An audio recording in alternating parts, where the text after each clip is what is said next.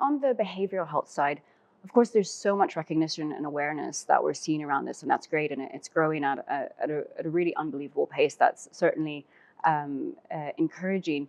But at the same time, what can we really do, especially from maybe an employer side who's often providing the health insurance? What can we really do to support that that awareness around behavioral health and be able to have an impact on it?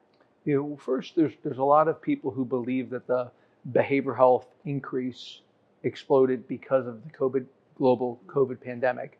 And I like to believe that it actually just shed more light on it. Of course, there was some more strain that came through, but depression, anxiety, stress, before you get to more complicated dimensions of behavioral health, have been alive and well for a long period of time. So to your question, the number one thing an employer could do is to ensure that there is an open conversation and a reduction of the stigma, because oftentimes it's either real or perceived stigmatization that causes people to keep it from within.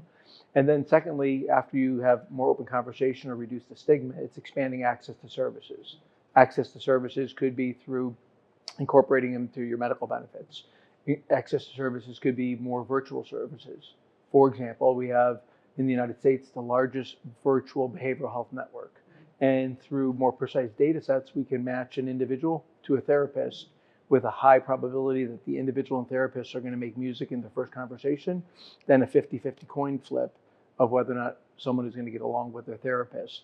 And we know that when someone needs therapy, if they have 3 or more settings, they're more likely to have a positive outcome than if they don't make music with their therapist. So the two things I would say to summarize is open conversation, reduction of the stigma, acknowledgement, and secondly, expanding access modalities. Virtual is an illustration of that, but expanding access modalities.